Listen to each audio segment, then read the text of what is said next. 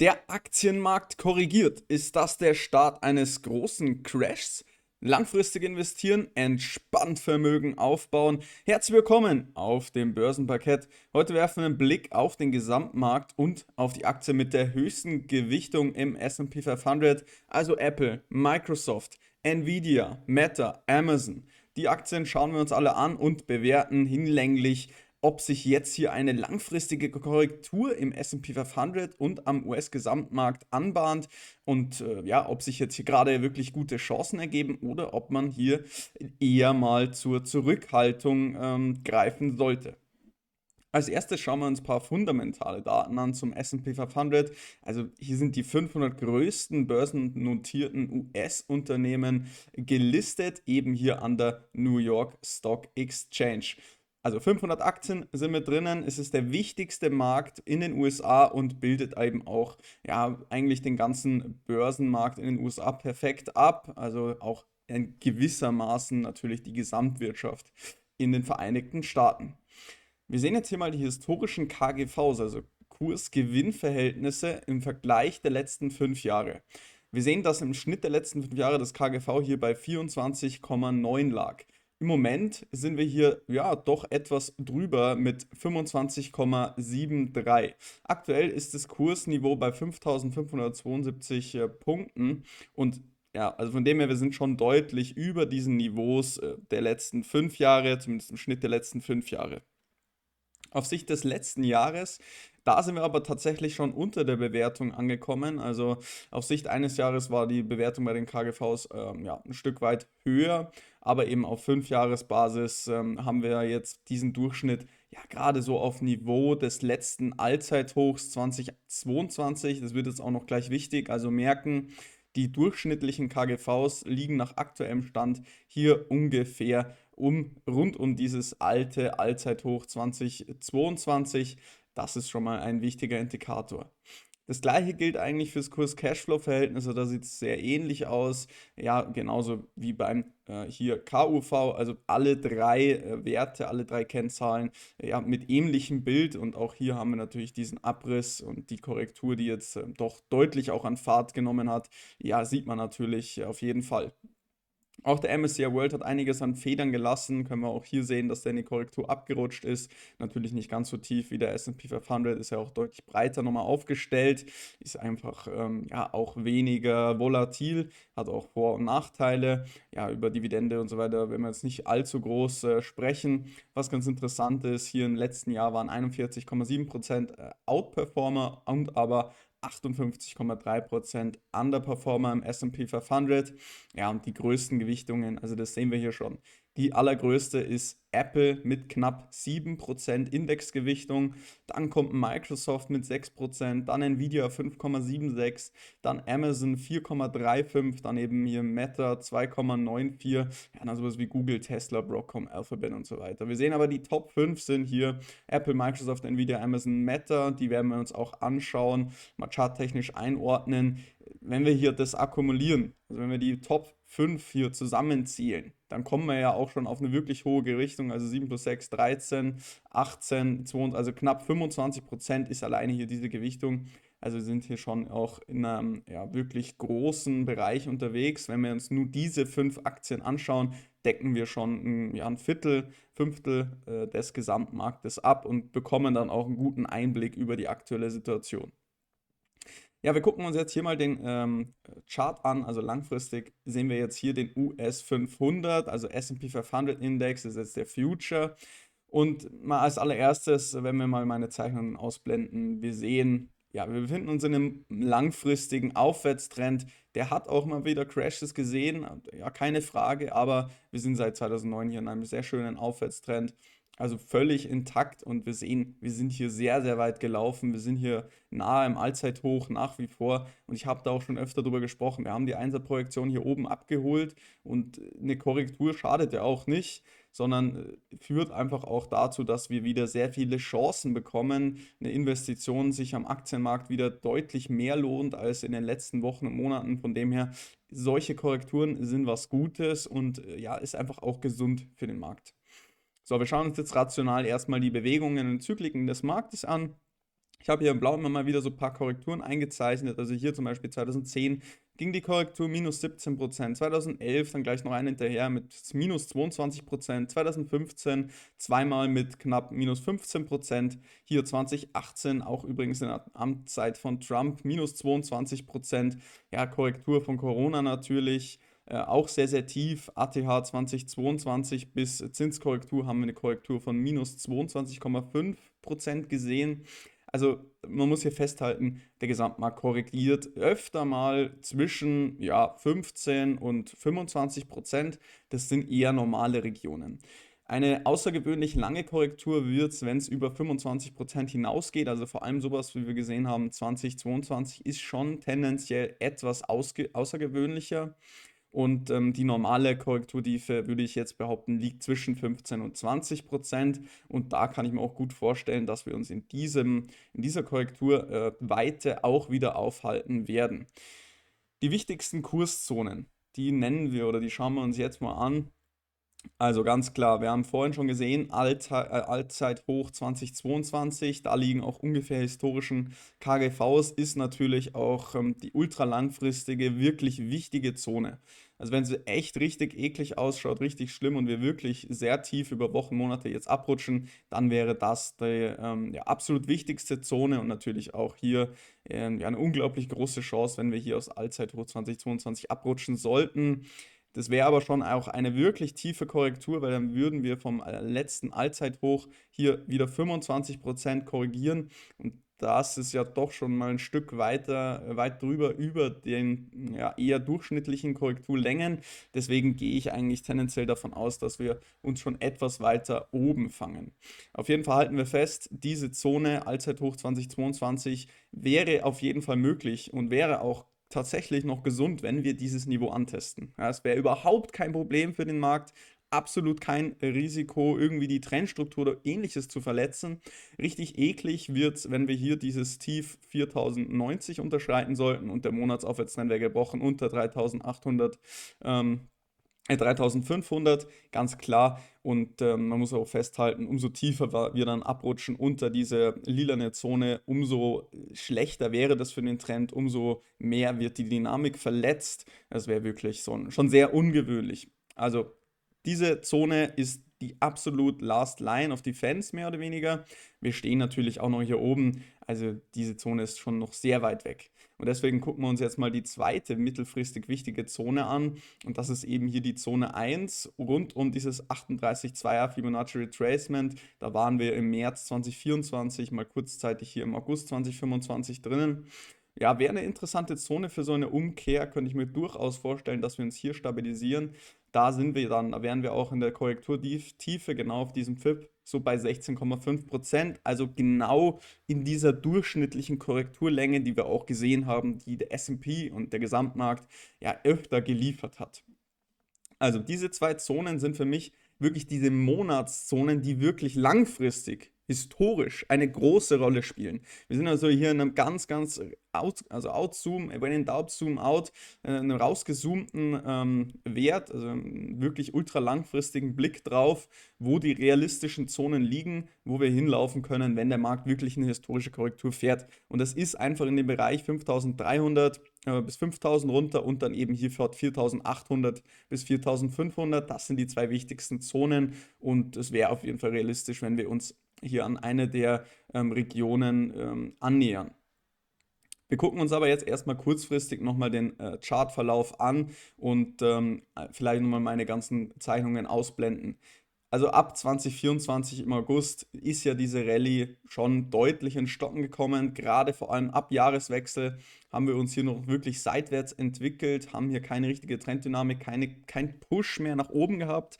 Davon habe ich ja auch immer gesprochen. Also ich habe davor auch gewarnt und habe gesagt, wenn wir hier auf Wochenschlusskurs drunter kommen, beziehungsweise auf Tagesschlusskurs unter dieses Tief und umso tiefer wir laufen, umso höher ist die Wahrscheinlichkeit einer langfristigen Korrektur. Und ja, das ist auch so gekommen. Jetzt stehen wir nochmal deutliches Stück tiefer, ist absolut kein Problem. Also wir haben halt uns jetzt einfach nur mal diese Wochenstruktur haben wir jetzt gebrochen und sind hier jetzt wirklich lange schon mal nach unten gekommen. In der Tiefe sind wir hier knapp 10% bereits korrigiert im S&P 500, im US 100, also im Nasdaq sieht es natürlich noch mal ein bisschen krasser aus. Dieser eine Move ist einfach nur komplett nach unten abverkauft worden. Hier war kaum Gegenwehr spürbar und das sehen wir eben auch hier beim Relative Strength Index. Also auch hier sind wir deutlich überverkauft.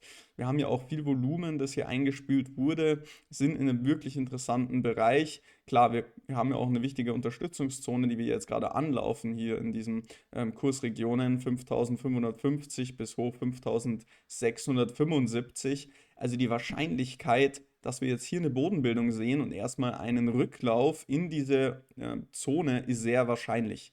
Kann ich das so vorstellen, ja, wie eine Art Gummiband, das immer weiter gestreckt wird, umso tiefer wir laufen. Also es ist sehr, sehr unwahrscheinlich, dass wir einfach nur einen Move nach unten in diese grüne Zone sehen und dann V-förmig nach oben schießen. Also gerade so wie wir es zu Corona gesehen haben, das ist eher unwahrscheinlich. Was wahrscheinlicher ist, dass wir jetzt hier eine Gegenreaktion sehen, hier in diesem Bereich des Marktes, wo wir jetzt eben angetestet haben, also rund um diese 5500. Da kann ich mir durchaus vorstellen, dass wir jetzt erstmal einen Bounce sehen. So, und jetzt ist die Frage, wenn wir hier hochlaufen, was passiert? Entweder das hier ist eine mittelfristige Korrektur und wir haken das ab, wenn wir hier wieder über Allzeithoch stehen. Das wäre die Option 1 oder das ist der Beginn einer langfristigen Monatskorrektur. Das wäre die Option 2. So, und wie können wir jetzt mit der aktuellen Charttechnik und der aktuellen Situation bewerten, was davon wahrscheinlicher ist? Im Moment können wir dazu wenig sagen. Es ist so, wir haben diesen Wochentrend jetzt hier mal neutralisiert, gebrochen und sind jetzt schon mittelfristig einfach in eine Korrektur abgerutscht, ganz klar. Und für mich ist jetzt ausschlaggebend, entweder wir laufen hier ultra langfristig, zuckeln hier hoch, brauchen richtig lange, um auch Kraft in den Markt zu bringen. Die Bullen haben nicht richtig Power, brauchen also mehrere Tage, mehrere Wochen, bis sie hier nach oben kommen. Also umso langsamer, umso hässlicher die Bewegung nach oben wird, umso wahrscheinlicher ist es, dass diese Korrektur eine historische langfristige Korrektur wird und die nach unten ausgeweitet wird. Also in Rot, jetzt hier mal das Szenario 1, wir kommen langsam nach oben, wirklich sehr zuckelig, langsam, eklig.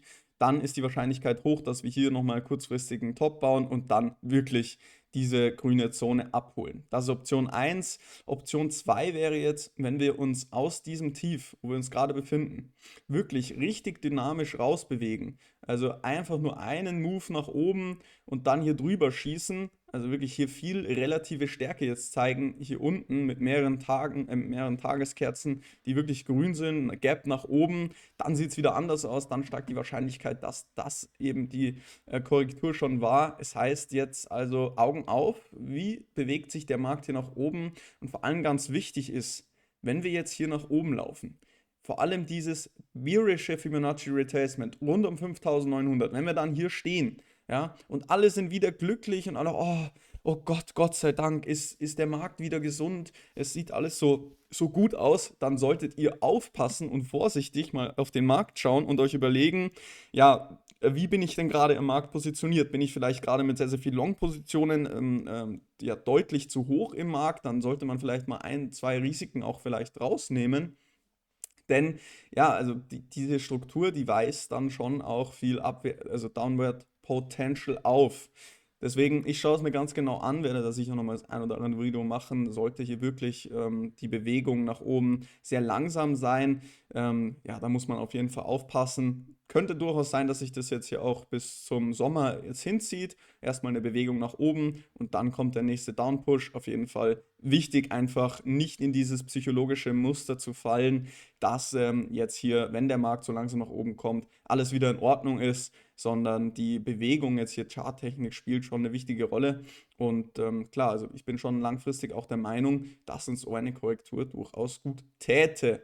Heißt, für mich wäre es sogar das präferierte Szenario. Wir laufen nochmal hier hoch auf 5900 und dann kommt eine größere Korrektur, die uns runterbringt bis auf 5200, sowas in die Richtung.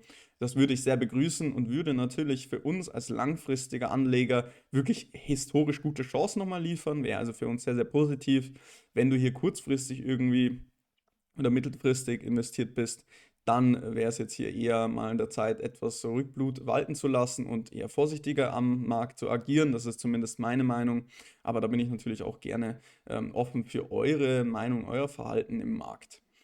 Bevor wir jetzt noch gleich ein bisschen weiter schauen auf die einzelnen Werte, die große Taktgeber sind, wenn dir dieses Video gefällt, dann lass doch jetzt gerne mal ein Abo da und Daumen nach oben. Nicht vergessen, also gerne YouTube zeigen, das hier hat Relevanz, das hier ist ein spannendes Video über den Gesamtmarkt, so kann man sich verhalten. Vielen Dank auf jeden Fall. Also wir wissen jetzt, was der US 500 machen kann. Entweder wir ziehen hier langsam nach oben und dann kommt der nächste Push mit Bodenbildung rund um dieses Fibonacci Retracement zum Beispiel. Klar, wir können auch schon hier am 38,2er dann korrigieren. Oder wir steigen jetzt hier wirklich stark im Kurs an und beenden diese Korrektur als mittelfristige Korrektur und werden halt dann nochmal ein Stück weiter nach oben laufen. Aber ich denke, wir kommen um diese wirklich schöne langfristige Korrektur nicht drumherum. Aber wie gesagt, das ist für mich kein Problem. Das wäre wirklich wünschenswert. Und ich glaube auch für jeden von euch wäre das wünschenswert. Ich gehe stark davon aus, die allermeisten, die hier Abonnent sind und zuschauen, sind langfristig orientierte Anleger. Erste Aktie, die wir jetzt uns anschauen, ist Apple. Apple, klar, also wichtigste Gewichtung, knapp 7% Gewichtung. Wir haben es gesehen. Unglaublich wichtiger, großer Wert und natürlich auch das wertvollste Unternehmen der Welt. Wir sind hier auch schon mal ein Stück vom Allzeithoch entfernt, aber sind noch nicht wirklich stark korrigiert. Die wichtigsten Zonen liegen hier bei 190 US-Dollar oder eben hier bei 173. Also wir haben hier auf jeden Fall gut Luft bei Apple und würden auch hier den langfristigen Trend überhaupt nicht gefährden. Ich kann mir durchaus gut vorstellen, dass wir hier mal so 15 bis 20% noch weiter nach unten kommen. Also völlig im Rahmen, dass hier diese Korrektur ausgeweitet wird. Und im Moment sieht es auch so aus, als würden wir hier erstmal auf 195 US-Dollar runterlaufen. Nächste Aktie mit der zweithöchsten Gewichtung, Microsoft, habe ich schon drüber gesprochen. Also wir haben diese Zone hier oben verloren bei 385. Nächstes Ziel ist hier bei ca. 355. Wir können uns jetzt nochmal hier bei 370 auch stabilisieren. Also auch hier haben wir schon noch ein kleines Stück nach unten Platz, aber nicht mehr allzu tief. Also so zwischen 5 und 10% denke ich, ist hier noch realistisch. Aber hier ist das Downward Potential eher begrenzt meiner Meinung nach.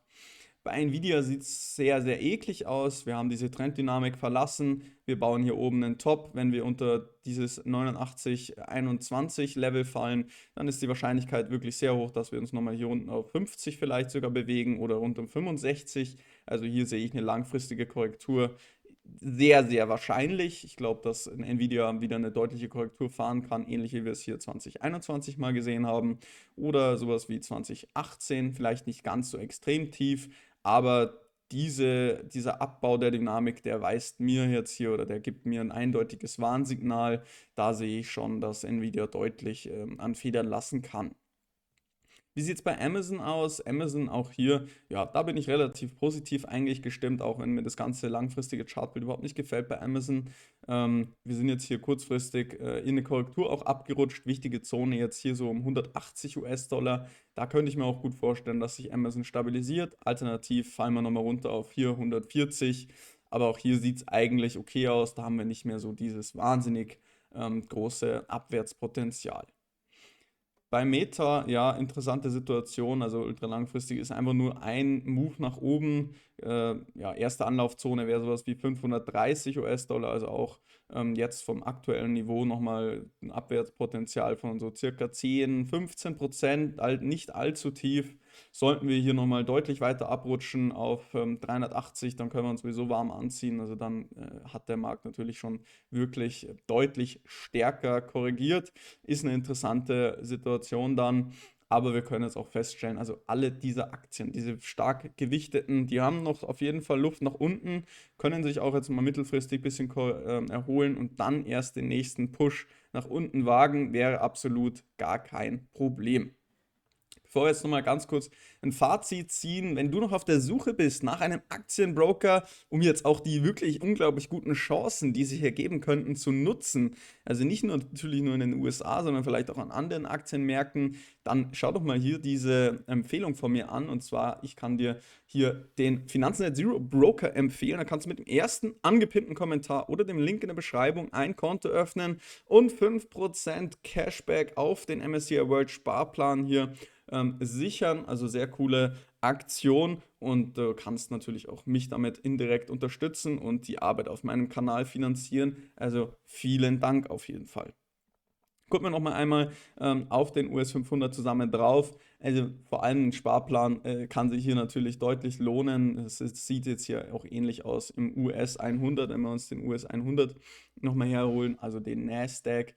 Da ist die Bewegung einfach nochmal ein Stückchen aggressiver, aber auch hier sind die wichtigen Zonen die gleichen, also so 17.000, 18.000 Punkte und natürlich hier das Allzeithoch 2022. Das wäre alles möglich. Aber auch hier gehe ich eher davon aus, dass wir jetzt einen Rücklauf sehen und da gilt es jetzt eben ganz genau drauf zu schauen, wie kommen wir hier nach oben. Hier ist natürlich auch noch der Widerstand bei 20.600, sowas in dem Bereich, gerade auf Niveau dieses letzten Hochs hier. Wäre auch möglich, dass wir nur bis hier hochkommen und dann schon wieder eine Top-Bildung auf H1 bauen. Werden wir alles sehen.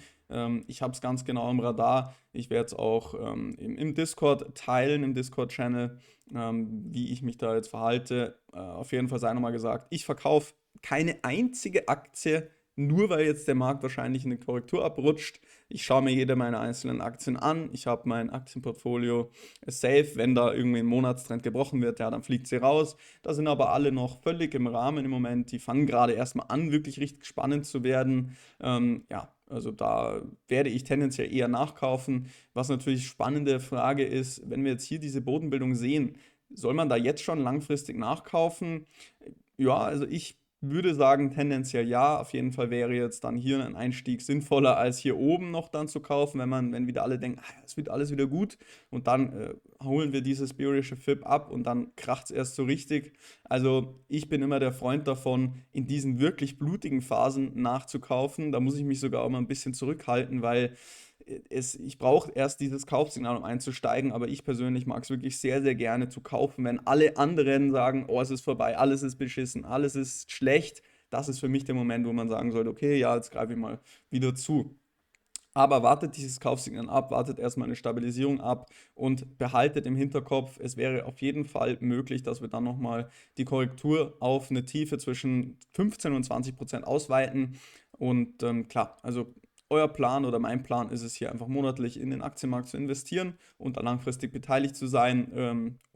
Ja, so eine mittelfristige, kurzfristige Korrektur ist für mich überhaupt gar kein Problem.